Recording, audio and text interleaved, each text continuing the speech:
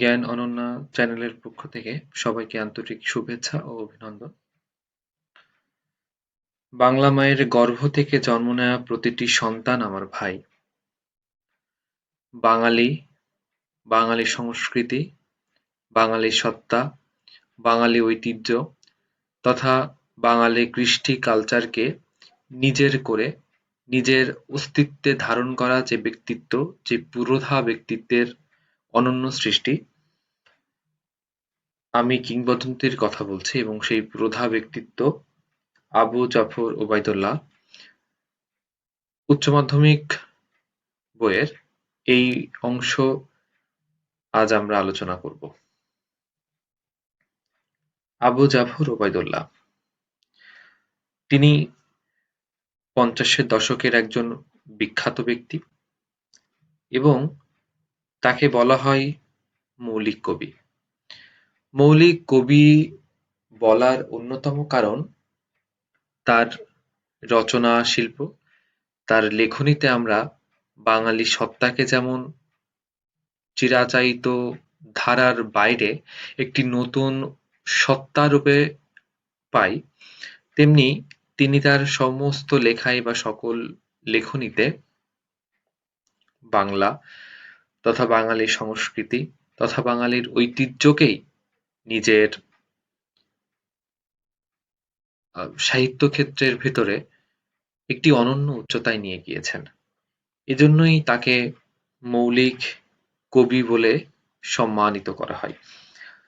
তো তিনি 50 দশকের কবি। তাকে নিয়ে আমরা জানি কোনো লেখককে লেখনী সত্তাকে যদি বুঝতে হয় বা অনুধাবন করতে হয়, প্রথমে দরকার তার কবি পরিচিতি, অর্থাৎ কবি মানসিকতা, কবির পারিপার্শ্বিকতা, কবির মনস্তাত্ত্বিক জগৎ, এগুলো বিচার করার মাধ্যমেই আমরা বুঝতে পারবো যে তার লেখনী কেমন হতে পারে। তো আমরা প্রথমে দেখতে পাচ্ছি কবি পরিচিতি। আবু জাফর ওবায়দুল্লাহ বরিশাল জেলার বাবুগঞ্জ উপজেলার অন্তর্গত বহেরচর ক্ষুদ্রকাঠি গ্রামে 1934 খ্রিস্টাব্দে 8ই ফেব্রুয়ারি জন্মগ্রহণ করেন। তিনি ইংরেজি সাহিত্যে বিএ সহ এমএ পাশ করে কিছুদিন ঢাকা বিশ্ববিদ্যালয়ে অধ্যাপনা করেন। একটা জিনিস এখানে অবশ্যই বলার মতো যে তার পড়াশোনা কিন্তু ইংরেজি সাহিত্যে। তারপরও তিনি বাংলা সাহিত্যের প্রতি ভালোবাসা এবং বাংলা সাহিত্যের প্রতি তার দায়বদ্ধতা থেকে, বাংলা সাহিত্যের প্রতি দায়বদ্ধতা বলবো না, বাঙালি কৃষ্টি, বাঙালি কালচারের প্রতি দায়বদ্ধতা থেকে তিনি তার সমস্ত লেখক সত্তাকে বিলিয়ে দিয়েছেন এবং তার লেখক জীবনকে তিনি উৎসর্গ করেছেন। তারপরে দেখি তিনি সিভিল সার্ভিসে যোগদান করেন এবং সরকারের বিভিন্ন উচ্চপদস্থ দায়িত্ব পালন করেন। এই প্রেক্ষিতে আমরা বলতে পারি যে এই কথাতেই আমরা একটু যদি বিস্তারিত বলি যে তিনি যখন পাকিস্তান ছিল আমাদের, আমরা যখন পশ্চিম পূর্ব পাকিস্তানের অংশ ছিলাম, তখন তিনি আহ, পাকিস্তান আমলে সিভিল সার্ভিস তখন ছিল, আমরা যেমন এখন বিসিএস দেখি, তখন ছিল সিএসপি, যোগদান করেন এবং বাংলাদেশ সরকারের বিভিন্ন গুরুত্বপূর্ণ পদে কাজ করেন। এটা স্বাধীনতার পরে, কিন্তু স্বাধীনতার পূর্বে তিনি পাকিস্তান সিভিল সার্ভিসে যোগদান করেছিলেন এবং বাংলা সাহিত্যে তার অবস্থান বিশেষভাবে স্বাতন্ত্র্য চিহ্নিত। তার কবিতার বিষয়ে বিশেষভাবে প্রাধান্য পেয়েছে রাষ্ট্রভাষা ও মুক্তিযুদ্ধ। এর কারণ আমি প্রথমেই বলেছি তার লেখার প্রেক্ষাপট বা লেখার পটভূমি। আমরা জানি যে বাঙালি সত্তাকে যদি উপস্থাপন করতে হয় মুক্তিযুদ্ধ বা ভাষা আন্দোলন ছাড়া, এটা কখনো সম্ভব না। এবং বাঙালি সত্তার যতগুলো বাঙালির ঐতিহ্যের বাঙালি আহ ধারার যে অর্জন, তার ভিতরে সর্বাগ্রে রয়েছে মুক্তিযুদ্ধ। রাষ্ট্রভাষা দেখি তারপরে কি লেখা আছে, রাষ্ট্রভাষা, রাষ্ট্রভাষা আন্দোলন এবং এই বিষয়ক সাহিত্যে বিশেষ অবদান রাখার জন্য তিনি 21শে পদকে ভূষিত হন। বাংলা সাহিত্যে অবদানের জন্য তাকে 1979 সালে বাংলা একাডেমি পুরস্কার প্রদান করা হয়।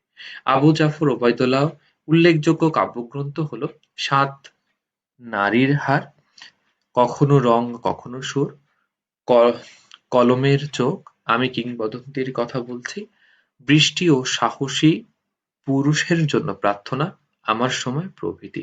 এছাড়া ইংরেজি ভাষায়ও তার একাধিক গ্রন্থ প্রকাশিত হয়। তিনি 1901 খ্রিস্টাব্দে 19শে মার্চ মৃত্যুবরণ করেন। এ ছিল আমাদের কবি পরিচিতি। কারণ কবি পরিচিতির মাধ্যমে আমরা বুঝতে পারলাম লেখকের লেখক সত্তা, তার লেখক মনন, যেগুলোর মাধ্যমে আমরা বুঝতে পারবো আমাদের আজকের পাঠ্য। প্রথমেই কবিতার নাম যদি আমরা একটু বিশ্লেষণ করার চেষ্টা করি, আমি কিংবদন্তির কথা বলছি। কিংবদন্তি কাকে বলে?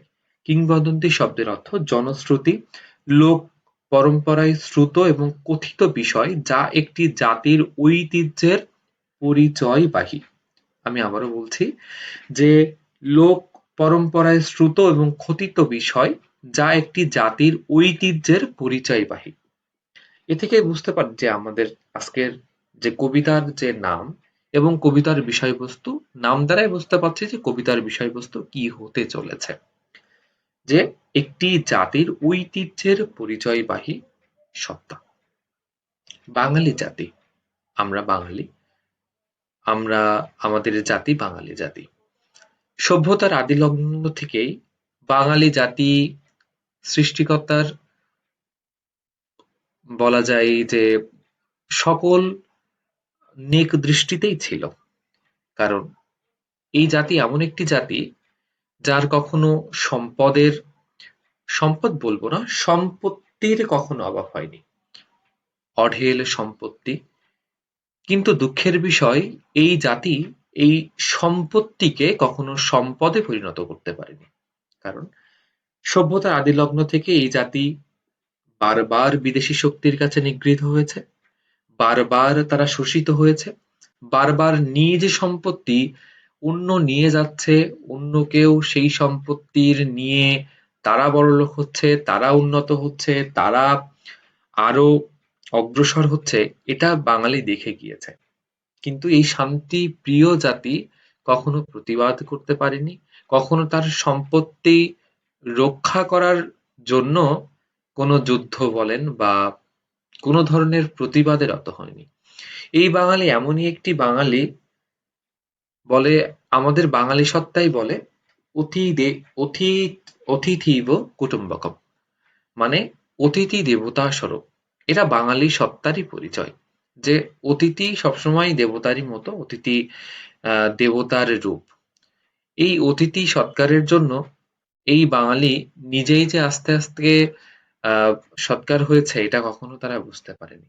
তো এই বিষয়টিকেই আহ প্রেক্ষাপট করে, পটভূমি করে আমাদের বিখ্যাত লেখক, বাংলা সাহিত্যের প্রধা ব্যক্তিত্ব আবু জাফর ওবায়দুল্লাহ তার আমি কিংবদন্তির কথা বলছি লিখেছেন। তো আমরা দেখি কবিতার ভিতরে যেয়ে একটু বোঝার চেষ্টা করি কবিতায় তিনি কি বোঝাতে চেয়েছেন। প্রথম লাইনটাই আমি আমার পূর্বপুরুষের কথা বলছি। ইতিহাস যতই করুণ হোক, যতই আহ কষ্টের হোক, ইতিহাস সবসময় সত্য কথা বলে। এবং আজ আমরা যতই ভালো থাকি না কেন, যতই আমাদের আহ বলা যায় সংস্কৃতি থাক, যতই ঐতিহ্য থাক, এর পেছনে সবথেকে যে মানুষগুলো নিজের আত্মত্যাগ করেছে তারাই কিন্তু আমাদের পূর্বপুরুষ। পূর্বপুরুষ শব্দের অর্থ পূর্বে যে পুরুষ অবস্থান করতেন বা ছিল। মানে আমাদের আহ আমরা যদি সাধারণ কথাই বিচার করি, পূর্বপুরুষ আমাদের বাবার পূর্বপুরুষ, দাদা, তার বাবা, তার বাবা, তার বাবা। তো আসলে এটা তো আমরা কিছু আহ এরকম কিছু বললে যে তার বাবা, তার বাবা, একসময় তো এটা শুরু হয়েছে। লেখক কিন্তু সেই সময়ের কথা বলছে। লেখক কিন্তু আজকের কথা বলছে না। লেখক কিন্তু ২ বছর আগের কথা বলছে না। লেখক কিন্তু ২ পুরুষের কথা বলছে না। লেখক বলছে পূর্বপুরুষ। যেখান থেকে আমাদের সংস্কৃতি, আমাদের শিল্প, আমাদের সভ্যতা শুরু হয়েছিল। বেশি দরকার নেই আমরা আ যে কালচারের মানুষই হই না কেন, যে শহরের সংস্কৃতিতে বড় উঠি বা গ্রামের প্রকৃতিতে বড় উঠি, আমাদের দাদার দাদা বা তার দাদা তারা হয়তোবা শহরের মানুষ ছিলেন না।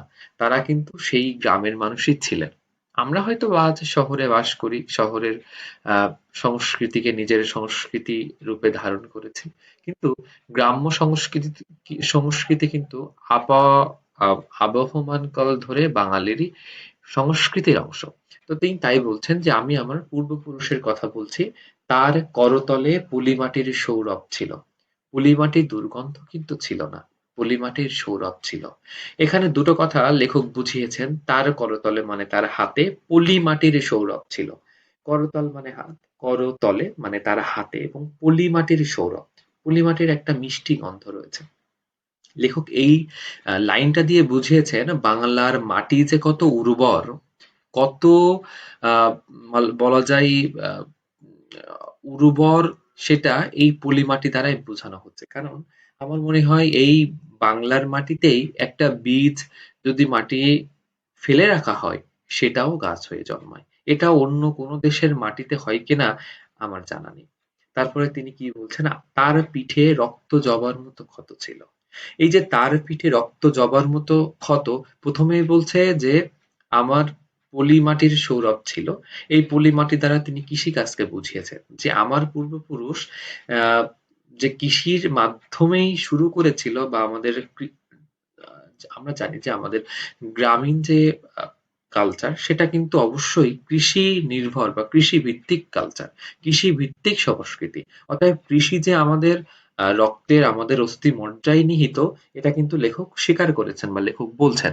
তিনি কি বলছেন যে হ্যাঁ, আমার পূর্বপুরুষের সাথে কৃষির একটা যোগ ছিল, কিন্তু তারা কিন্তু স্বাধীনভাবে কৃষিকাজ করতে পারতো না।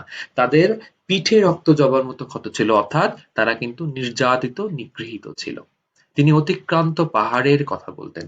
অর্থাৎ আজকে আমরা যে বাংলাদেশ এত সুন্দর উর্বর বা এত সুন্দর সমতল ভূমি দেখছি বা বলছি, একসময় কিন্তু এই সমতল নাও থাকতে পারে। একসময় এখানে, কারণ পাহাড় কেটে পাহাড় ক্ষয় হয়েই তো সমতলের সৃষ্টি হয়। তো লেখক কিন্তু, আমি বারবার বলছি, সেই পূর্বপুরুষের কথা বলছেন। মানে এটা ২ পুরুষ না, ৩ পুরুষ না, পূর্বপুরুষ। হ্যাঁ? ১ম যেখান থেকে বাঙালি সত্তার শুরু হয়েছিল। তিনি অতিক্রান্ত পাহাড়ের কথা বলতেন। অর্থাৎ তার জীবনটা কিন্তু সমতলের মতো সুন্দর ছিল না। অরণ্য ও শাপদের কথা বলতেন। শাপদ শব্দের অর্থ যে সকল প্রাণী হিংস্র, অর্থাৎ মাংসাশী প্রাণী। যেখানে পাহাড় থাকবে সেখানে দুর্গম থাকবে। যেখানে অরণ্য থাকবে সেখানে ভয়ানক বা আহ দুঃসহ জীবনের থাকবে। আবার সাপদ, যেখানে পশু মানে হিংস্র প্রাণী থাকবে, সেখানে কিন্তু বিপদের আভাসও থাকবে। পতিত জমি আবাদের কথা বলতেন। আসলে এখন আমরা যে আল দিয়ে জমির পরিমাপ বুঝি, একসময় কিন্তু সেটা ছিল না। আমরা যদি বিভূতিভূষণ বন্দ্যোপাধ্যায়ের আরণ্যক উপন্যাসও দেখি, সেখানে দেখবো হাজার হাজার বিঘা জমি ওরকম পড়ে আছে। একসময় তাই ছিল।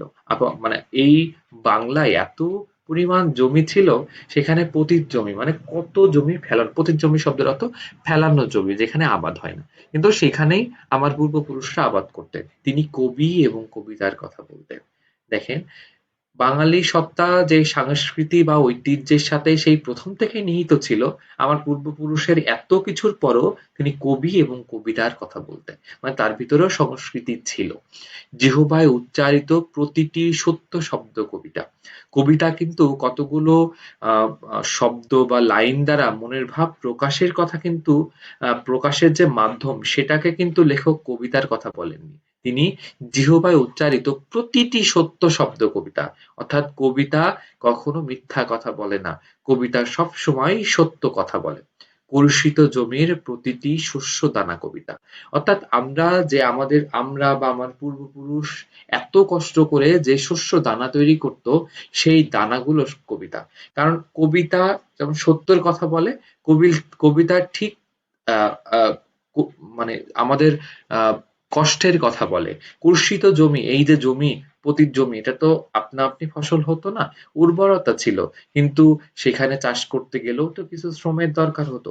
এই যে শ্রম, এই যে কষ্ট, এটাও কিন্তু, এই যে এখান থেকে যে ফসল আমরা পাবো, সেটাও কিন্তু কবিতা। যে কবিতা শুনতে জানে না, সে ঝড়ের আর্তনাদ শুনবে। অর্থাৎ যে বাঙালি সংস্কৃতিকে, তার নিজের সংস্কৃতিকে ধারণ করতে জানে না, সে ঝড়ের আর্তনাদ শুনবে। অর্থাৎ তার বিপদ অনিবার্য। যে কবিতা শুনতে জানে না, সে দিগন্তের অধিকার থেকে বঞ্চিত হবে। বাঙালি সত্তা এতটাই প্রগাঢ়, এতটাই বিস্তৃত, যদি সেটাকে কেউ মানে অস্বীকার করে, সে কিন্তু দিগন্তের বিস্তৃত, দিগন্ত থেকে মানে দিগন্তের অধিকার, মানে আমাদের যে গ্রাম বাংলার যে দিগন্তের পর দিগন্ত যে বলা যায় যে যত সত্তাই আছে না কেন, যে এটা দিগন্তের পর দিগন্ত বলতে, দিগন্তের পর দিগন্ত বলতে এখানে কিন্তু মুক্ত চিন্তা বা মুক্ত আহ, যে ব্যবস্থা তার কথা বলা হচ্ছে। সেখান থেকেও বাঙালি কিন্তু মুক্তি ভালোবাসে, মানে বাঙালি সবসময় চেয়েছে তার আহ, মুক্তি বলা যায় বা সে তার স্বাধীনতা। এই যে দিগন্তের অধিকার, এটাও কিন্তু স্বাধীনতারই অংশ। এখান থেকে বঞ্চিত হবে। যে কবিতা শুনতে জানে না সে আজন্ম কৃতদাস হয়ে যাবে। অর্থাৎ কৃতদাস বা কৃতদাসী, এটা যে বাঙালি সত্তার প্রথম থেকেই কপালের লিখন ছিল, এটাও কিন্তু লেখক বলছেন যে কবিতাকে ভালোবাসতে হবে, না হলে বাঙালি আজীবন এই কৃতদাস থেকে যাবে। স্বপ্নের কথা বলছি আমি, উচ্চারিত সত্যের মতো স্বপ্নের কথা বলছি। আমি উচ্চারিত সত্যের মতো, মানে আমার যে সত্য, যে সত্য উচ্চারণ করছি, যে সত্য উচ্চারণ করছি, সত্যের মতো স্বপ্নের কথা বলছি। আমরা তো জানি স্বপ্ন সবসময় মিথ্যা হয়, কিন্তু স্বপ্ন কোনটা, যেটা আমরা জেগে জেগে দেখি না যেটা ঘুমিয়ে দেখি? এটাও একটা প্রশ্ন কবি কিন্তু এই লেখনীর মাধ্যমে বলে দিয়েছেন। যে স্বপ্নের কথা বলছি, উনুনের আগুনে আলোকিত একটি উজ্জ্বল জানালার কথা বলছি। উনুনের আগুনে আলোকিত, এখানে কিন্তু অন্য কিছুর আগুনে নয়, একটি উজ্জ্বল জানালার কথা বলছি। জানালা কিসের? জানালা কিন্তু ঘরের যে আহ বলা যায় আহ, মানে আহ, বন্ধুত্ব আর আহ, প্রকৃতির যে আহ, বলা যায় মুক্ততা, এখানে এই দুটির মেলবন্ধনই কিন্তু এই জানালা। তো কবি বারবার বলছেন যে এই যে আমরা কৃতদাসের কথা, যেটা আমরা কৃতদাস তো বন্দী জীবন, সেখান থেকে মুক্তির যেটা, সেটা জানালা দিয়েই কিন্তু প্রকাশ হচ্ছে। আমি আমার মায়ের কথা বলছি। আমি কার কথা বলছি? আমার মায়ের। যিনি বলতেন প্রবাহমান নদী যে সাঁতার জানে না, যে সাঁতার জানে না তাকে ভাসিয়ে রাখে। দেখেন, প্রবাহমান নদী, নদীমাতৃক বাংলাদেশ, এবং যে সাঁতার জানে না তাকে ভাসিয়ে রাখে। এখানে কিন্তু বাঙালি সত্তার উদার যে উদারতা, প্রকৃতি বাঙালি সত্তার বা বাঙালি প্রকৃতির মধ্যে যে উদারতা বিরাজমান, সেটাই কিন্তু লেখক বলছেন। কারণ আমরা জানি নদীতে সাঁতার না জানলে সে ডুবে যাবে, কিন্তু আমার বাঙালি সত্তা বা আমার বাঙালি যে ঐতিহ্য, সেটা কাউকে ডুবতে দেয় না। সে সাঁতার জানুক বা সাঁতার না জানুক। যে কবিতা শুনতে জানে না সে নদীতে ভাসতে পারে না। যে প্রবাহমান নদী তাকে ভাসিয়ে রাখবে, কিন্তু যে কবিতা শুনতে জানবে না সেই নদী তাকে আহ, ভাস সেই নদী সেই নদীতে ভাসতে পারবে না। প্রথমে কি বলছে যে আহ, তিনি প্রবাহমান নদীর কথা বলতে, যে সাঁতার জানে না তাকে ভাসিয়ে রাখবে। প্রথমে তিনি কিন্তু বলছেন যে বাঙালি প্রকৃতির উদারতার কথা কিন্তু প্রথমে তিনি বলছেন, কিন্তু তারপরে আবার কি বলছেন যে কবিতা শুনতে জানে না, নদী তাকে ভাসতে আহ, ভাস আহ, নদী তাকে ভাসাতে পারে না। অর্থাৎ কবিতা যে শুধু কতগুলো শব্দ বা মনের আহ, অভিব্যক্তি নয়, কবিতা হলো ঐতিহ্য, কবিতা হলো সংস্কৃতির মেলবন্ধন, কবিতা সেটাই যেটা সত্য কথা বলে, কবিতা সেটাই যেটা যেটা আমাদের ঐতিহ্যের কথা বলে, আমাদের ধারাবাহিক প্রবাহমান ধারার কথা বলে। এটা যে শুনবে না বা এটা যে মানবে না, নদী তাকে ভাসতে নদীতে সে ভাসতে পারবে না। যে কবিতা শুনতে জানে না সে মাছের সঙ্গে খেলতে পারবে না। এই যে মাছের সঙ্গে খেলা, আমরা তো শুধু মাছের সঙ্গে খেলি না, তারপর কিন্তু কবি বলছেন যে মাছের সঙ্গে খেলতে পারবে না। মাছের সঙ্গে সবাই খেলতে পারে না। মাছের সঙ্গে খেলার জন্য তেমন উদার হতে হয়, তেমন মাছ যেমন নদীতে খুব স্বাচ্ছন্দ্যে বিরাজ করে, তেমনি যে নিজের সংস্কৃতিতে নিজের কালচারকে তেমন নিজের ধারণ করে স্বাচ্ছন্দ্যে বেড়ানো, এটাও কিন্তু মাছের ধর্ম। হ্যাঁ, এটা যে কবিতা শুনতে জানে না সে কিন্তু মাছের সঙ্গে খেলতে পারবে না। যে কবিতা শুনতে জানে না সে মায়ের কোলে শুয়ে গল্প শুনতে পারবে না। দেখেন, মা বলা যায় সন্তানের যদি সবথেকে মানে আশ্রয় নির্ভয়ে নির্ভয় যুক্ত আশ্রয়স্থল থাকে, সেটা হলো মায়ের কোল। কিন্তু যে কবিতা শুনতে চায় না, আমি আবারও বলছি, কবিতা শুনতে জানা, কবিতা কিন্তু কতগুলো শব্দ নয়। কবিতা, আমি বারবার একই কথা বলছি, কবিতা যে ধারণ করতে পারে না সে কিন্তু মায়ের কোলে গল্প শুনতে পারে না, অর্থাৎ তার কিন্তু মায়ের প্রতি সেই অধিকার বোধটা থাকবে না। আমি কিংবদন্তির কথা বলছি, আমি আমার পূর্বপুরুষের কথা বলছি, আমি বিচলিত স্নেহের কথা বলছি, গর্ভবতী বোনের মৃত্যুর কথা বলছি, আমি আমার ভালোবাসার কথা বলছি। কি বলছে? আমি বিচলিত স্নেহের কথা বলছি। বিচলিত স্নেহ, স্নেহ মানে কি? যে স্নেহ ভয়ের সৃষ্টি করে, যে স্নেহ বলা যায় যে যে স্নেহতে বা যে ভালোবাসায় ভয় আছে, সেটাই বিচলিত স্নেহ। আমার মা যখন আমাকে ভালোবাসেন, তখন আমরা যদি বাইরে যাই বা আমরা যদি কোনো কাজে যাই, মায়ের মন কিন্তু দোতানায় বা বিচলিত থাকে। এই ভালোবাসাটাই কিন্তু বিচলিত স্নেহ। আমি আমার গর্ভবতী বোনের মৃত্যুর কথা বলছি। এটা দ্বারা লেখক অনেক কিছুই বোঝাতে পারেন। গর্ভবতী বোনের মৃত্যু, আমাদের বোন, আমাদের সংস্কৃতি যতই হোক না কেন, আমরা কিন্তু আহ নারীকে বা আমার বোনকে সেই মর্যাদা দিতে পেরেছি কিনা, এটাও একটা প্রশ্নের বিষয়। যে আমার বোন কিন্তু এখনো গর্ভবতী অবস্থায় মৃত্যুবরণ করছে, যে আমাদের সমাজে নারীরা ততটা সম্মান পেয়েছে কিনা, এটাও একটা প্রশ্নের বিষয়। তৎকালীন কুসংস্কার দ্বারা নারীকে আচ্ছাদিত ছিল, নারীদের আচ্ছাদন করে রাখা হতো, সেটাও একটা বিষয়। এবং তৎকালীন অপসংস্কৃতি, যেটা বলা যায় জন্মদান বা শিশু জন্মদানের ভিতরেও ছিল, এই আহ, মানে অপসংস্কৃতি বা এই কুসংস্কারকেও লেখক উপস্থাপন করছে কিনা, যে মায়ের ভালোবাসা তো আছে, কিন্তু বোনেরও যে মৃত্যু বা বোনেরও যে দুঃখ, বা আমার নারী সমাজ, আমার বোনদেরও যে অবহেলা বা বলা যায় যে সমাজে সেই সম্মানহীনতা, সেটার কথাও লেখক বলছে কিনা, এটাও একটা বিষয়। যে আমি আমার ভালোবাসার কথা বলছি, ভালোবাসা দিলে মা মরে যায়, যুদ্ধে আসে ভালোবাসা। অর্থাৎ ভালোবাসা দিলে মা মরে যায়। এখানে বিষয়, ভালোবাসা দিলে মা কিভাবে মারা যায়? আমাদের মা কিন্তু একটা না, আমাদের দুইটা মা। যেমন দেশ মা এবং আমার নিজের মা, আমাদের গর্ভধারিণী মা। তো বিষয়টা যে যেহেতু এটা মুক্তিযুদ্ধ কেন্দ্রিক, আমরা প্রথমেই বলেছি লেখক নিজের মুক্তিযুদ্ধকে এবং ভাষা আন্দোলনকে কিভাবে আহ, নিজের আত্মায় ধারণ করেছেন। তো সেই প্রেক্ষিতেই বলা যেতে পারে লেখক হয়তো উপস্থাপন করার চেষ্টা করেছেন যে যদি আমি আমার মায়ের ভালোবাসার একমাত্র ধন, সে যদি যুদ্ধে যায়, আমি হয়তোবা নাও ফিরতে পারি। অতএব যদি ভালোবাসতে হয়, একজনকে ত্যাগ করতে হবে, হয় নিজের মাকে ত্যাগ করতে হবে, না এই দেশ মাকে ত্যাগ করতে হবে। এই জন্য বলছে যুদ্ধে আসে ভালোবাসা। আমি মারা যেতে পারি, কিন্তু আমার মৃত্যুর ফলে এই দেশের যে হাজার হাজার মা তার সন্তানকে কোলে নিয়ে ঘুমাতে পারছে, কোলে নিয়ে গল্প করতে পারছে, কোলে নিয়ে কবিতা বলতে পারছে, এটাই যে ত্যাগ, আত্মত্যাগ। এজন্য যুদ্ধে কিন্তু ভালোবাসা আসে।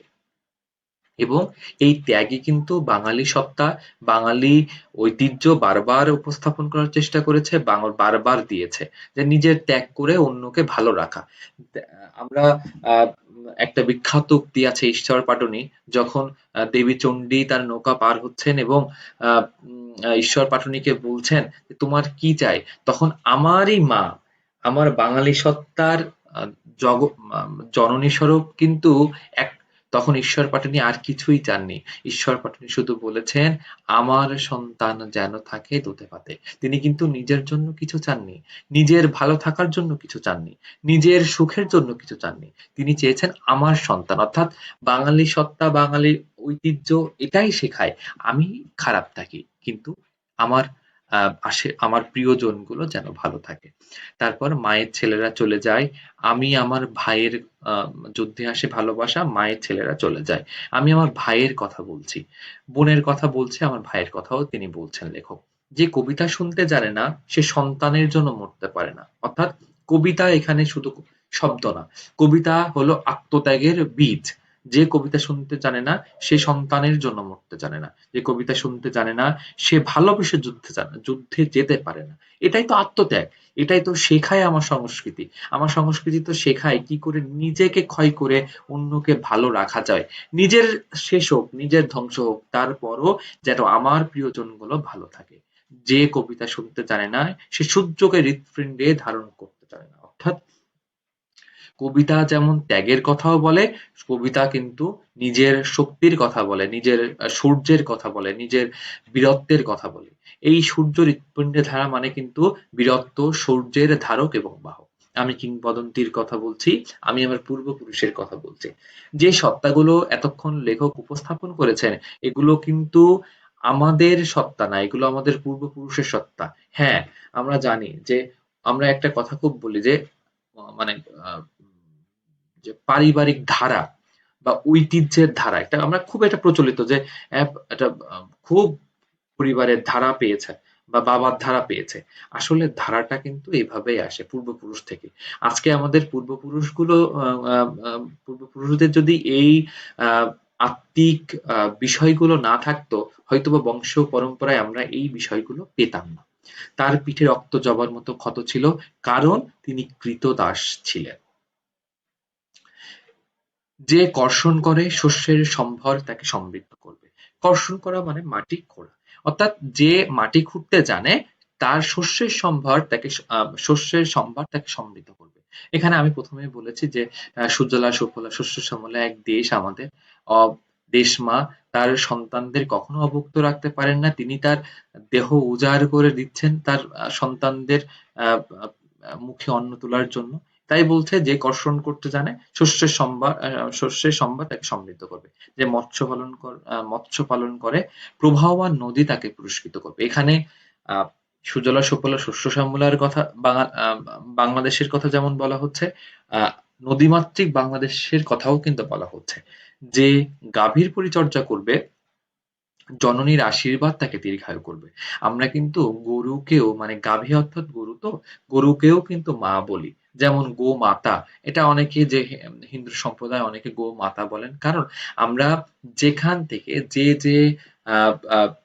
উৎস থেকে নিজেদের নিজেদের মানে বলা যায় যে সম্পূর্ণ করার উপাদানগুলো পেয়ে থাকি, সেগুলোই কিন্তু আমরা মা বলি। যেমন নদী মাতৃক মা, নদীর থেকে আমরা অনেক কিছু পেয়ে থাকি।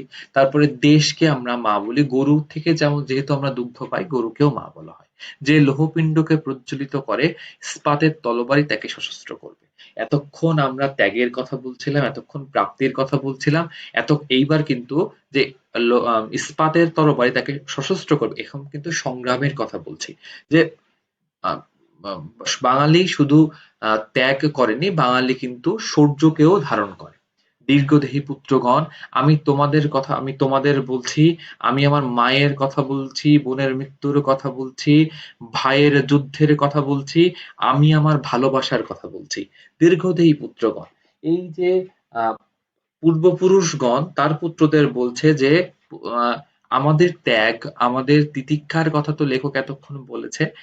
এর মাধ্যমে এইগুলোই আমাদের পূর্বপুরুষরা আমাদের বলছে, এবং পূর্বপুরুষরা মনে করিয়ে দিচ্ছে যে আ- আমাদের পূর্বপুরুষ কিন্তু আমাদের মাকে ভোলেনি, তার বোনকে ভোলেনি, ভাইকে ভোলেনি, ভালোবাসার কথা বলেনি। অর্থাৎ আমাদেরও উচিত নিজের মাকে রক্ষা করা, নিজের ভাইকে রক্ষা করা, বোনকে রক্ষা করে ভালোবাসাকে রক্ষা করা।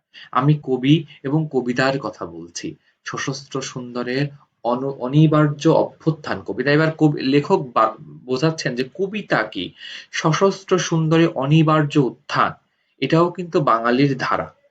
যে বাঙালি আসলে সবসময় বঞ্চিত, সবসময় নিগৃহীত, তারপরও বাঙালি চেষ্টা করেছে, যখনই তার পিঠ দেওয়ালে ঠেকে গিয়েছে, তখনই কিন্তু এই বীর বাঙালি নিজের আহ, বলা যায় সবটুকু দিয়ে, নিরস্ত্র বাঙালি, যাদের কাছে কিচ্ছু নেই, যাদের কাছে বন্দুক নতুন, তারাই কিন্তু একটি সশস্ত্র আহ আহ সৈন্যদের সশস্ত্র বাহিনীকে থামিয়ে দিয়েছে। যেটা মুক্তিযুদ্ধের কথা বলা হচ্ছে। সুপুরুষ ভালোবাসার সুকণ্ঠ সঙ্গীত কবিতা। সুপুরুষ ভালোবাসা, যে ভালোবাসাটা কিন্তু কাপুরুষ নয়, সুপুরুষ, যেটা যে ভালোবাসা সকলকে বলা যায়। আমরা কিন্তু সব ভালোবাসাকে সুপুরুষ ভালোবাসা বলবো না। যে ভালোবাসায় পবিত্রতা রয়েছে সেটাই সুপুরুষ ভালোবাসা। সুকণ্ঠ সঙ্গীত, এবং ভালোবাসার দ্বারা যে সঙ্গীত আহ, আহ, প্রকাশ পায় সেটাই সুকণ্ঠ সঙ্গীত, সেটাই কবিতা। জিহ্বায় উচ্চারিত প্রতিটি মুক্ত শব্দ কবিতা। কবিতা কখনো কারোর দাস হতে পারেনি, কবিতা কখনো কারোর আবদ্ধ জিনিস হতে পারেনি। কবিতা কারোর বলা যায় যে ব্যক্তিগত সম্পত্তি হয়ে তার অসত্যকে উপস্থাপন করতে পারেনি। কবিতা সবসময় সত্য এবং মুক্ত শব্দ। রক্ত জবার মতো প্রতিরোধের উচ্চারণ কবিতা। তাহলে রক্ত জবার মতো প্রতিরোধ, প্রতিরোধ, রক্ত জবা কখন হয়? আমাদের পিঠে যখন কেউ অত্যাচার করে সেটাই কিন্তু রক্ত জবার প্রতীক। তার প্রতিরোধ মানে আমাদের আহ নির্যাতনের, আমাদের যে শোষণের যে প্রতিরোধ, সেটাই কিন্তু কবিতা। আমি কি তার মতো কবিতা বলতে পারবো? লেখক তার পূর্বপুরুষের কথা বলছেন যে আমার পূর্বপুরুষ এত কিছু করে গিয়েছেন, তাদের ত্যাগের কথা এতক্ষণ লেখক বলেছেন, তাদের আম, আত্মত্যাগের কথা বলেছেন, তাদের বলা যায় সংগ্রামের কথা বলেছেন, তাদের নির্যাতনের কথা বলেছেন, তাদের উদারতার কথা বলেছেন। শেষকালে এসে লেখক বলছেন আমি কি তাদের মতো কথা বলতে পারবো? অর্থাৎ আমি কি আমার পূর্বপুরুষদের অনুসরণ করতে পারবো? আমি কি তাদের মতো স্বাধীনতার কথা বলতে পারবো? অর্থাৎ আমি কি আমার পূর্বপুরুষ অবশ্যই নির্যাতিত হয়েছে, কিন্তু তারপরও যখন তার পিঠ থেকে গিয়েছে তখন কিন্তু সে বলা যায় সংগ্রামের পথ বেছে নিয়েছে। কিন্তু লেখক যে সমাজে বাস করেন সেখানেও তো বাঙালি নিগৃহীত, সেখানেও তো বাঙালি মার খাচ্ছে। তো লেখক কি এই সমাজে দাঁড়িয়ে বাঙালির কথা বলতে পারবে? তো এটাই ছিল আজকের কবিতা, এতটুকুই সংক্ষিপ্ত। সরি, লেখকের বা কবির আমি কিংবদন্তির কথা বলছি একটা কাব্যগ্রন্থ এবং এটা তার নাম কবিতা। এখানে কিছু টিকা বা শব্দত্ব রয়েছে, এগুলো আপনারা পড়ে নিবেন। এখানে বোঝার কিছু নেই। যদি না বুঝতে পারেন অবশ্যই আমাকে কমেন্টে জানাবেন। আমি সেটা আপনাদের সবিস্তারে বোঝানোর চেষ্টা করব। আমরা যদি একটু পাঠ পরিচিতিটা একটু দেখি, পাঠ পরিচিতি দেখলে আমরা কবিতাটা একটু ভালো বুঝতে পারবো। কবিতাটি আবু জাফর ওবায়দুল্লাহর বিখ্যাত কাব্যগ্রন্থ আমি কিংবদন্তির কথা বলছি নাম কবিতা। নাম কবিতা কাকে বলে? নাম কবিতা হলো কোনো কাব্যগ্রন্থের নাম অনুসারে যদি কোনো কবিতা থাকে তখন সেটাকে নাম কবিতা বলে। তো আমি কিংবদন্তির কথা বলছি, এটা একটা কাব্যগ্রন্থ। আপনাদের যদি কোনো এই কাব্যগ্রন্থ পড়ার ইচ্ছা থাকে আমাকে কমেন্টে জানাবেন। আমি অবশ্যই আপনাকে বই অথবা পিডিএফ করে পাঠিয়ে দেব। রচনা রচনাটি বিষয় এবং আঙ্গিকগত অভিনবত্ব রয়েছে রচনাটিতে। বিষয় এবং আঙ্গিকগত অভিনবত্ব রয়েছে। আলোচ্য কবিতাটিতে উচ্চারিত হয়েছে ঐতিহ্য সচেতন, শিকড় সন্ধানী মানুষের সর্বাঙ্গীন মুক্তির দৃপ্ত ঘোষণা। কি বলা হচ্ছে? আলোচ্য কবিতাটিতে উচ্চারিত হয়েছে ঐতিহ্য চেতনা। ঐতিহ্য যেটা বলা যায় আমাদের উম ঐতিহ্য যেটা আমরা ধারণ করি সেটাই ঐতিহ্য। হ্যাঁ? সেটাই ঐতিহ্য বলা হয়। শিকড় সন্ধানী। শিকড় সন্ধানী হলো যে ঐতিহ্যকে যারা ধারণ করে এবং আমাদের শিকড় বা আমাদের মূলে তো একটা বিষয় যেটাই আমরা ঐতিহ্য বলছি, সেই শিকড় সন্ধানী। লেখক কিন্তু বারবার তার পূর্বপুরুষের কথা বলছেন, তাদের তাদের কাজ কর্ম, তাদের বিভিন্ন বিষয় কিন্তু লেখক বারবার উপস্থাপন করার চেষ্টা করেছেন। মানুষের সর্বাঙ্গীন মুক্তি তিনি কিন্তু শুধু উপস্থাপন করে দায় এড়াননি, তিনি কিন্তু মুক্তির কথাও বলেছেন। প্রকৃতপক্ষে রচনার প্রেক্ষাপটে আছে বাঙালির সংস্কৃতি, হাজার বছরের ইতিহাস, এ জাতির সংগ্রাম, বিজয়, মানবিক উদ্ভাসনের অনিন্দ অনুষঙ্গ অনুষঙ্গসমূহ তিনি এই কবিতার এগুলো বলছেন যে প্রকৃতপক্ষে রচনার প্রেক্ষাপটে, প্রেক্ষাপট মানে কোন বিষয়ে রচনাটি লেখা হয়েছে, প্রেক্ষাপটে আছে বাঙালি সংস্কৃতি, বারবার বলছি, হাজার বছরের ইতিহাস যেটা আমরা বহন করে যাচ্ছি ইতিহাস, এ জাতির সংগ্রাম, সংগ্রাম, আমাদের বিজয়, মানবিক উদ্দেশ্যে। দেখেন আমরা কবিতা যখন পাঠ করেছি যে বিষয়গুলো বারবার বোঝানোর চেষ্টা করেছি, এখানে ঠিক সেই কথাগুলোই বলা হচ্ছে। কবি একান্ত প্রত্যাশিত মুক্তির প্রতীক হিসাবে উপস্থাপ উপস্থাপ উপস্থাপিত হয় একটি বিশেষ ধরনের শব্দবন্ধ, সেটা হলো কবিতা। আমি এইটা আমরা বারবার বলার চেষ্টা করেছি। কবি এবং পূর্বপুরুষের সাহস এবং গৌরবোজ্জ্বলের ইতিহাসের কথা উপস্থাপনের মধ্য দিয়ে তার আহ ব্যক্তিত্বকে এগিয়ে নিয়ে চলেছেন। যাই হোক, এই কথাগুলোই আহ আছে বা আপনারা দেখতে পাচ্ছেন। আমি কিছু কিছু লাইন পড়ে যাচ্ছি। কবিতার রসোপলব্ধির অবিচ্ছেদ্য অংশ হলো এর আহ আঙ্গিক বিচার। এক্ষেত্রে প্রথমেই এই বিষয়ে পাঠক নাড়া এক্ষেত্রে প্রথমেই এই বিষয়টি পাঠককে নাড়া দেয়, তা হলো যে বিষয়টি পাঠককে নাড়া দেয় তা হলো একই ধাঁচের বাক্যের বারংবার ব্যবহার। এটাই লেখা আছে। যেমন আমি কিংবদন্তির কথা বলছি, এটা বারবার বলা আছে। যে কবিতা শুনতে চায় না, এটা বারবার বলা হচ্ছে। হ্যাঁ? তারপরে কবিতা কাকে বলে, যে আমি কবি এবং কবিতার কথা বলছি, এবং সশস্ত্র সৈন্য অনিবার্য অভ্যুত্থান কবিতা। যে কবিতা কোনগুলো, এগুলো বারবার বলা হচ্ছে। এখানে কিংবদন্তি শব্দ বন্ধটি হয়ে উঠেছে ঐতিহ্যের প্রতীক। তাহলে ঐতিহ্যের প্রতীক কিংবদন্তি, যে শব্দ, এটা ঐতিহ্যের প্রতীক। এগুলো কিন্তু টিকের জন্য খুব গুরুত্বপূর্ণ। আমি প্রত্যেকটা লাইন পড়লাম না, কারণ আসলে এগুলো পাঠ্যস্থই বিষয়। আপনারা যেগুলো বুঝতে পারবেন না, যেগুলো আপনাদের যে লাইনটা বুঝতে সমস্যা হবে, সেটা অবশ্যই আমাকে কমেন্টে জানাবেন। আমি চেষ্টা করব যে এখানে আপনাদের প্রত্যেকটা লাইন বুঝিয়ে দেওয়া। যেহেতু বিষয়টা আ বাংলায় লেখা এবং আপনারা পড়তে পারবেন, এজন্য পড়ে আপনাদের আ বলা যায় আ ধৈর্যচ্যুতি ক আ চু আ চ্যুতি ঘটালাম না। এবং শেষে একটা কথাই বলব, যে কবিতাটি গদ্য ছন্দে রচিত। প্রশ্ন আসতে পারে এটা কোন ছন্দে রচিত? দাগানো আছে। আমি এই কবিতায় যে কটা লাইন দাগানো আছে সেগুলোই আপনাদের বলেছি। এ বাদে এই পাঠ পরিচিতি থেকে, পাঠ পরিচিতি খুব গুরুত্বপূর্ণ। এটা, এই কবিতায় এই পাঠ পরিচিতিটাই খুব বলা যায় ব্যতিক্রমভাবেই উপস্থাপন করার চেষ্টা করা হয়েছে। একটু আপনার পাঠ পরিচিতিটা একটু পড়বেন। পড়ে যদি কোনো জায়গায় কোনো সমস্যা হয়, বুঝতে না পারেন, অবশ্যই আমাকে কমেন্টে জানাবেন। তো আজকের আলোচনা এই পর্যন্তই। আমরা চেষ্টা করব মাধ্যমিকের সমস্ত বিষয়গুলোকে আপনাদের সামনে উপস্থাপন করার, এবং আপনারা আ অবশ্যই চ্যানেলটির পাশে থাকবেন, একটু সাপোর্ট করবেন, আ সাবস্ক্রাইব করবেন, একটা লাইক দিয়ে দিবেন প্লিজ। এবং আপনাদের যে সকল বিষয়ে অসুবিধা, বা যে সকল বিষয়গুলো আপনারা চাচ্ছেন যে আগে আমি আলোচনা করি, আপনারা অবশ্যই কমেন্টে জানাবেন। আমি চেষ্টা করব সেই বিষয়গুলো আপনাদের সামনে উপস্থাপন করার। ধন্যবাদ সকলকে। সকলের সুস্বাস্থ্য কামনা করছি।